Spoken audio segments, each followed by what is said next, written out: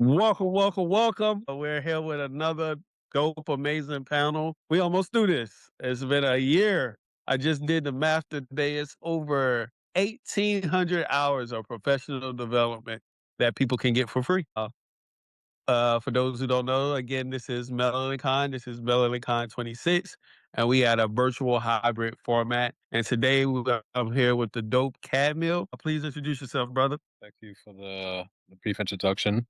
My name is Kadmiel. Hello, guys. I'm Kadmiel Van Der Puije. I am the current CEO of the Voice of Africa. Over to you, brother. Let's see. So today, our panel today is going to be on brand clarity bootcamp, fixing inconsistent messaging and weak brand identity. CAD, you built the Voice of Africa from a small newspaper into a UN and World Bank accredited platform. Google recognized all of that, reaching 12 million people plus monthly. The GOAT. You have spoken at the UN, the World Bank, the IMF, the G20, the African Union, Jesus, Africa, John Hopkins, Duke, so much more. What did the brand look like when no one knew who you were? Wow, what did the brand look like? It was a newspaper, literally. It was literally a newspaper back in 2016, started by my dad, actually. And his vision was to be able to help change the narrative of Africa that Western media is currently promoting, of Africa. So started printing across DC, Maryland, and Virginia. And it was great. I would say for his purpose, his target demographic of people that read newspapers, I think it was doing a great job. By 2019, it was the leading newspaper in the DMV area for the African demographic. But I came on board in 2020 and took over. After finishing college, because I understood in order for this organization to be able to scale at the level that we are at now, and even looking forward to what we become in the future, we will need to be able to target the youth demographic. Africa, 70% of Africa is under the age of 30, and I believe the youth also controls the culture. So my goal coming in was to see how best we can, transition this local newspaper into something that, you know, Africans, and not only African people that are interested in African culture all across the globe, will have access to. Yes, sir. That's amazing, brother. I commend you. We'll get this camera fixed in a second. When you started TVOA with just faith, no funding, I know all about that, and just conviction and vision, what does it actually feel like to be building a brand that nobody else believe in yet? That's actually very, very interesting question. Faith, I would say it's hard to put into words. It's both annoying, one, that's a fair word. It's frustrating as well, but also very, very fulfilling. And I kind of, like I would say more so the annoying and frustrating part was more so towards the beginning stages of my career. I was around 2020 when I first took over. At that point in time I was I had a vision in mind. I knew what this organization was gonna entail. It was a newspaper then. We currently have 6 different subsidiaries now, from media all the way to trading and investment. And I would say in the beginning I had this idea in my head of, okay, this is what this institution is going to become. But one thing I realized is that not everyone can see your vision, one. And then, secondly as well, so people can only see what's in front of them for the most part. So your vision is in your head, but they can't see it, come now. So I'll say that part of my life was a little annoying and frustrating, because I kept trying to relay what, I was very passionate about, or what I saw this thing, becoming, but a lot of people just weren't able to see that. And I don't necessarily fault them, as well too. In the process, I don't look back at them as like, oh man, like you didn't trust in the vision, or whatnot, because, like I said before, God gives everyone a vision. More times the vision is for you alone, and you're the one that's supposed to be able to be consistent enough to see it come to fruition, in a sense. Yeah, that was my first one. And then secondly, I'll say the fulfilling aspect is I still feel like a hidden gem, in a way. And there's not as, even though we're growing, we're about 300K plus followers now, but we're still in a, let's say, discovery stage, growing stage, to the sense where, as though there's not as many eyes. I believe different levels come with different demons as well.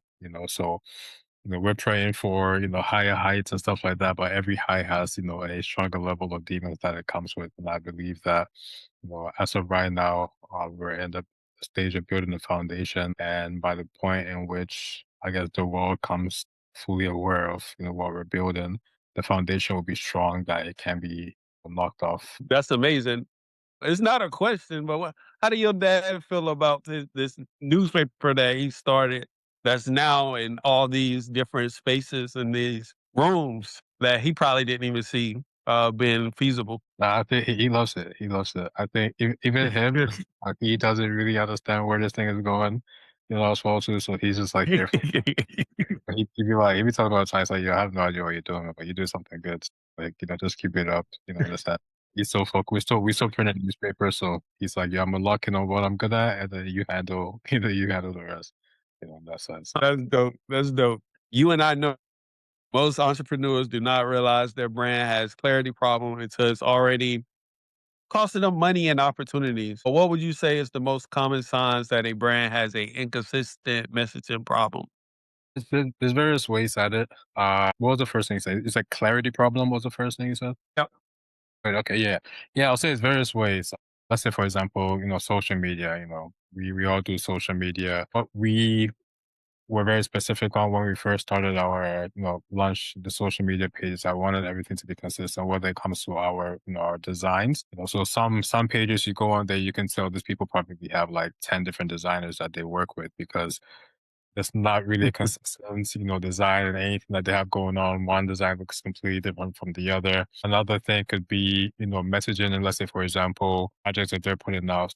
If we're doing an Experience Africa event, some people may say, hey, this event is targeted for Africans. And then, you may see another ad that says this event is targeted for African Americans, or this event is targeted for Caribbeans, in a sense. It could be all inclusive as well, too, but it could also be a little confusing in the sense where people may be like, okay, who's this actually targeted for? So I would say design, the messaging that they have out there, it's usually just an easy indicator to be able to tell, okay, these people don't really have like a consistent brand guideline. And would you say that like dilutes the messaging or the validity of the brand if it's like you said, if a person looks like he got 10 different designers? So I think it depends on what stage of business you're in as well. But when I first started, Mhm. I did go through those levels of having 10 different designers, because you have to play around, see who understands your vision, who's able to, bring to life whatever design you may have in mind. So if it's in the early stages, I don't think Mhm. necessarily dilute the brand, as long as, whatever it is that you're trying to get across is being able to get across to people. So if you're let's say your school, and Okay. maybe your designs are all different, but at least the information you're giving out is still relevant. That could be cool. I think you will still be able to retain a community for a certain while. But after some time, I think there's nothing new under the sun. First off, you need to have a specific the communication or style to be able to make yourself stand out from everyone else, because like I said, nothing new under the sun. We're doing marketing. I'm focused. We're doing news in Africa. If you go on Instagram right now, there's a million other pages doing news in Africa. So the way you can help your brand stand out is by being able to have a unified communication system. So once someone sees this picture, they're like, okay, this is Melanincon's design. Or like whenever I see Melanincon, I'm like, okay, this is Melanincon. Well, before I even see whatever content is on the flyer itself. So I think it may not dilute in the beginning, but maybe towards, once you're getting more established, it could definitely dilute the brand a little bit.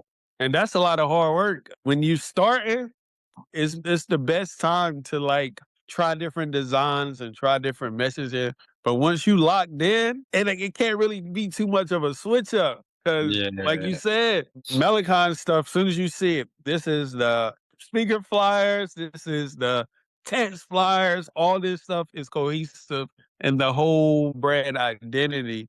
But I will ask you though, because you do have so many different categories with TVOA.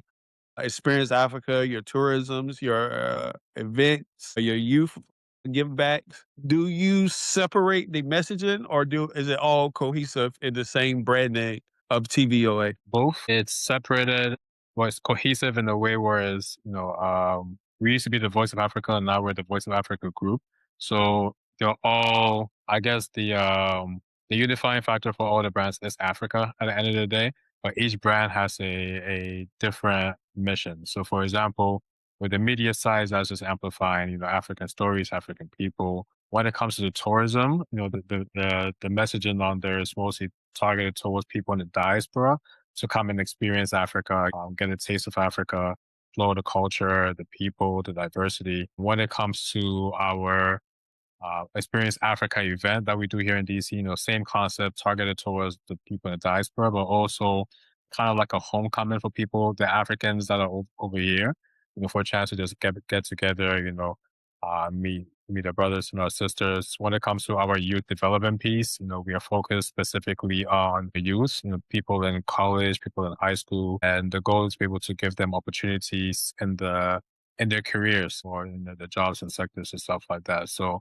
when it comes to that aspect, we do tailor our messaging to be able to target the youth demographic based on what it is they're looking for. So, but yeah, like what unifies everything is the Africa aspect. But each subsidiary does have different target demographics and different messaging that we put out. Would you say for someone like yourself and like myself who have all these different things that have a life of their own, like Experience Africa, that conference, that's its own thing. TVOA Media, that's its own thing. Would you recommend that people keep everything separate, or is more easier to have everything on an umbrella and just have the same messaging throughout all of that, as long as it ties together? Yeah, I would say it depends on how they connect. For example, with the Voice of Africa, even though they are very all in separate industries, they still all tie together in a sense of pushing Africa forward. When it comes to the media aspect, we're able to inform people about Africa to the point where they get curious enough to be like, okay, you know what, I want to actually see what Africa is like, and then they can come to our event. Yeah. They come to our event, they get a taste of it, and they're like, this is pretty cool. Like, I actually want to go to Africa now. And then we take them there to the tours. Once they get there in Africa, they're spending money, seeing all this cool stuff. They want to invest in Africa. We can help them invest in Africa through the investment subsidiary. And then, Africa, like I mentioned earlier on, 70% of Africa is under the age of 30. So we're building Africa's youth, and then we are helping African athletes get into the big leagues, NFLs, the NBAs, the FIFA leagues, as well too. So it's kind of like an ecosystem for Africa, for the diaspora to Africa, I would say. If Mhm. you have organizations that connect in a sense, I would say it makes more sense to put them under an umbrella. Another example I'll give is I have an organization called Dervan Solutions. This is my first ever company I started when I was 16, which started off as a design company. So I was doing designs for people, family, and members, and was able to build a scale. It's how to do website. So I made my company called Kadmiel Inc. So just do a website, social media management, designs. And in 2019, I got this company, Soulpery, as one of my clients, and I was supposed to do social media management for them. I get to the store and realize they didn't really have any type of inventory management set up. So I would be doing myself a disservice if I did a really good job on social media, but they're selling items online and everything is getting refunded because you're not actually in store. So I then, started that and decided to pick up a new skill on learning how to do inventory management, learning how to do POS system management. And then now, by that point, my company was called Agenda Marketing. So what I just decided to do was, marketing and inventory management doesn't really go together. So I need a different name that would kind of like align with all the services that I can provide now, in a sense. So I remember setting up a company called Dervan Solutions, which is now a combination of agenda marketing, my website company, and my design company, plus any other thing that I can do in the future. So I came up with the name Solutions, just so if I come up with some other services in the future, I can just slap it on it. I also have a home healthcare agency, as well as a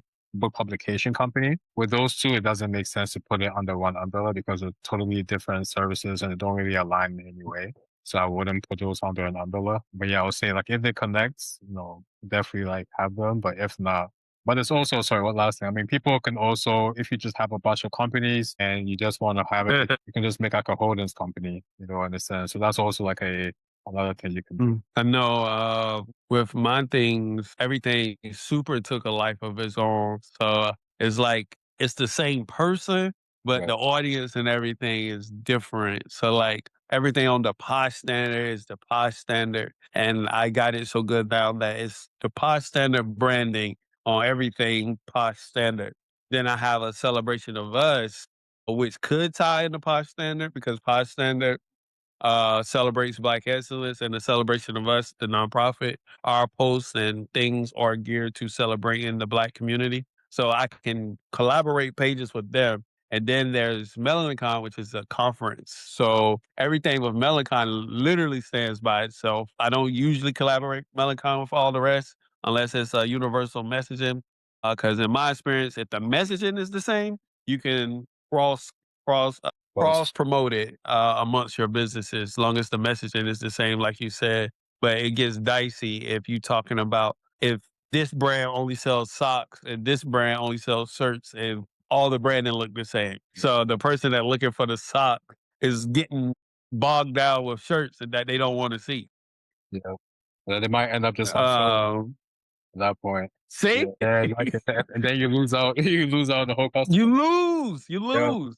If yeah, if you don't have everything organized, organization, I would say is a big piece uh, with it all. A lot of people often struggle to communicate their value clearly because they are code switching. I follow you, I follow your work, and you have the consistent message of bridging the gap in the African diaspora, no matter where you at in the world. How do you keep that messaging throughout everything you do without sacrificing brand clarity or actually code switching to fit into a space? yeah. But one thing I'll do is I'll give a shout out to both my parents. I would say growing up, I never really lived in one place longer than 3 years. So I always, yeah, I was always just in a new environment, meeting new friends. I was kind of just forced to be able to just like be able to get along with anyone and everyone. So I'll say that, very early on, character wise, helped me a lot. In terms of the brand now, one thing I also realized is I do have about 7 or 8 companies, but I realized I had to like lock in on one, especially if I want to be recognized for something. They always say, what's the saying? Jack is a master of all is some expert of none. Yes, Something because like, you're just doing too much. yeah, you do it to us. So I was like, all right, I will still do my too much, but like branding wise, we're locking on one. And I just feel as though the Voice of Africa had the the the highest trajectory, and I was like, you know what, I'm locking on this, and I want to become literally like the Voice of Africa. So in order to become the Voice of Africa, I kind of had to embody that, in a sense. Wherever I'm going, I will always be talking about Africa. Whether I'm in Saudi Arabia, the goal is how do we, connect to Africa? If I'm in UK, USA, it's in that sense. And how did I do it? I'll say just like I forget what's yeah, just pretty much just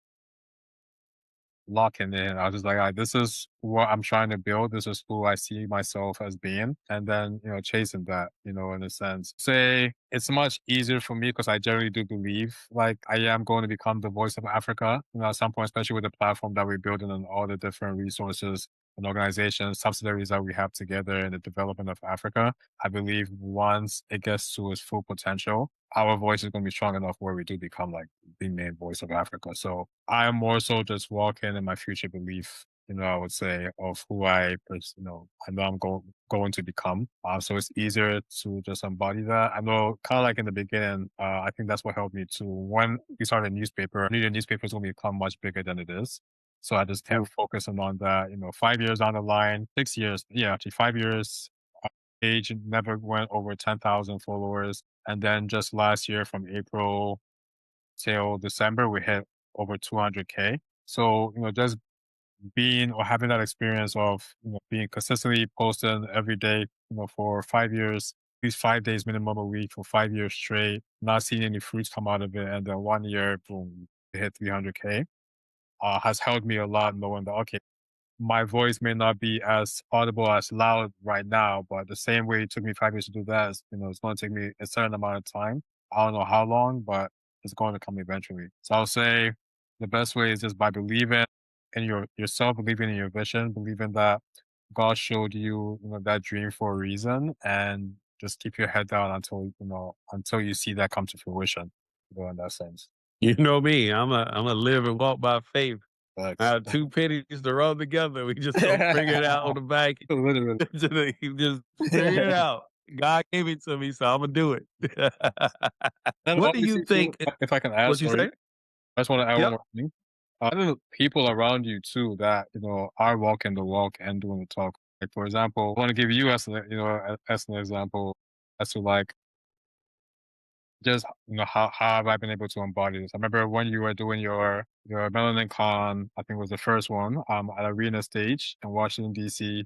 You were going through hurdles, brother. No, you were going through Oh you my were going through God. so many hurdles. People don't even Yo, know. so many obstacles. I remember the day before or maybe 2 days before, a day before, 2 days before the actual event, you have to go to New York and pick up T-shirts that are coming from Ghana that have melanin. Bruh. And it's just like, I've seen that happen, seen all the stuff that you went through. And Dustin didn't even get the shirts. Don't facts, forget, I bro. went all the way to New York last minute to not even get the shirts. To have to Yeah, come back and wait on the bus to bring the yeah, shirts. that was tough. You didn't get them.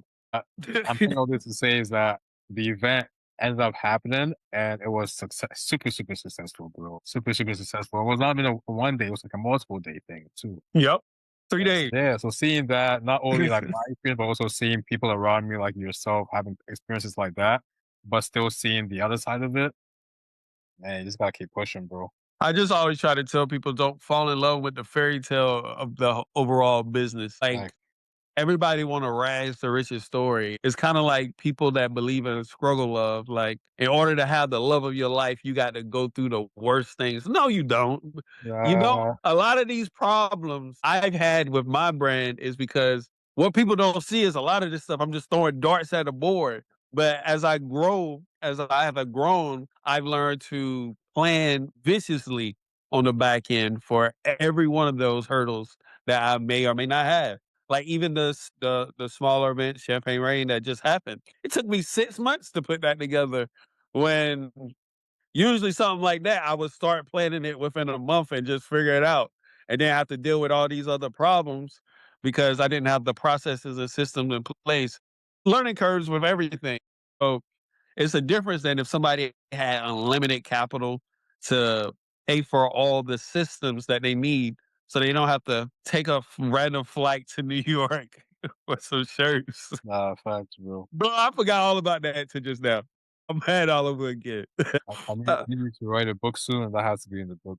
Got to. But me and you, we have a lot of business conversations back and forth on the regular. And the thing that comes up a lot is capital. What is the highest level of brand investment, in your opinion, dealing with everything you dealing with, that a Black entrepreneur can invest in right now with limited resources to help them grow? Are you asking like numbers wise, like how much should they invest? No, like what's something, a tool or something that they can invest in right now that don't cost a lot of money that can help them get to where they want to go until they have the money. Okay, cool.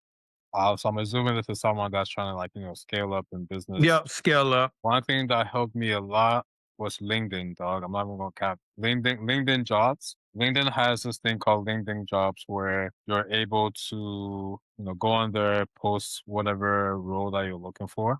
And then also post up, whether it's a paid opportunity or a volunteer opportunity.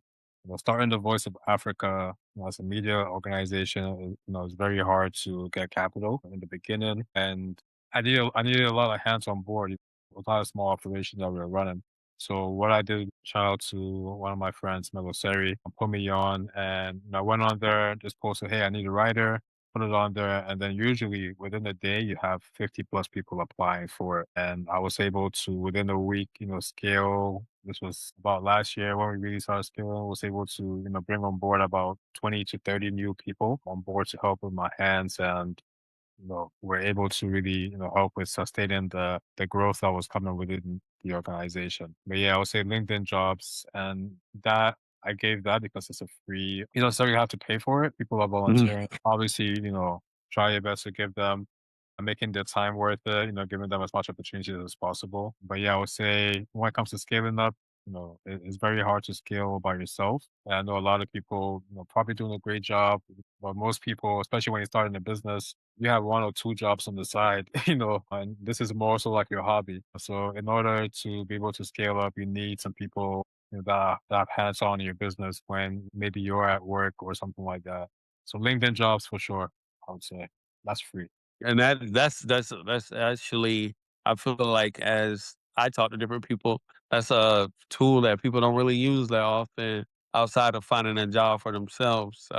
I know I listening to you last year about LinkedIn. I've gotten multiple just deals or partnerships off reaching out to people on LinkedIn. So that's a great one actually, as it's not to be taken lightly. LinkedIn is definitely a great resources you can utilize right now. And now if you get on, you can get the 30-day premium joint for free. That's So try it out. Utilize it for the 30 days. How would you say, this is a great question. We coming on the back end of this. How do you integrate your humanitarian work into your brand without it feeling performative or diluting commercial credibility? that is actually a fire question. With the Voice of Africa, starting this organization, just to get some background context, my parents are both preachers, and the Voice of Africa was established with Christian values. So establishing with Christian values, the Bible does says you should give back to the, to the youth, to orphans, and to the widows. It's one thing God says, that He says whoever does that will be very blessed. So and growing up, aside just ministry work, my parents have several orphanages across Africa, and it's just who we are, as people. And I believe who we are as people also translates into the organization, as well. So I believe, yeah, with in general, as an entrepreneur, the habits you have, the values you have will also show within the organization that you have, and the habits and practices projects that you're putting out, in a sense, I believe, it has a lot to do with who you are as a person, one, because with us, it kind of just naturally flowed in. With the Voice of Africa, we do tours, and obviously we have orphanages across Africa. One way we're able to integrate it is, okay, if we're going to do a tour to Africa, giving people an experience of Africa, why don't we just take them by the orphanage, give them an experience, have them meet the kids, in a sense. Our first ever Experience Africa event that we launched was actually launched in 2023. And I would say about 80% of the reason why it was launched was because my family came together, and we especially with our Kenya orphanage, realized that we're not going to be able to self-fund, this orphanage anymore. We started with 12 kids, and now we have 54. So we decided to come up with a project that we can use to raise some funds to help support them, and that's how we came up with the Experience Africa event. First year, 80% of all ticket sales, all profits that we made, even though really wasn't any profits made in the first year, uh, all went to the orphanage. In a sense, that's kind of how we're able to integrate it. Now, within all the subsidiaries that we do, 5% goes towards our of any profit that we make, whether it's selling a newspaper ad or whether it's selling tickets to an event. We take 5% of that proceeds to our orphanage foundation, and we also take 5%, another 5% to a foundation that we have, which is set out to train 1 million women in Africa on vocational training by 2050. So that's kind of how we integrated it, is just making sure whatever funding comes within the organization, we're using 10% for the causes that we support. That's dope. Outside of, and I didn't know that, so that's even more lit.